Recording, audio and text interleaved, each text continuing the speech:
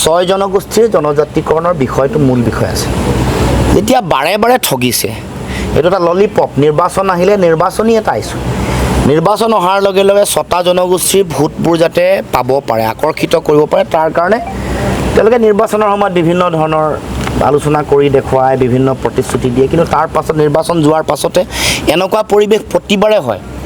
অসমৰ ৰাইজে বা ছটা জনগোষ্ঠীৰ জনগণে এই কথা হয়তো পাহৰি যোৱা নাই মই ভাবোঁ গতিকে তেওঁলোকে দেশৰ প্ৰধানমন্ত্ৰী তিনিবাৰ হ'ল কিন্তু এই বিষয়টো নিষ্পত্তি নহ'ল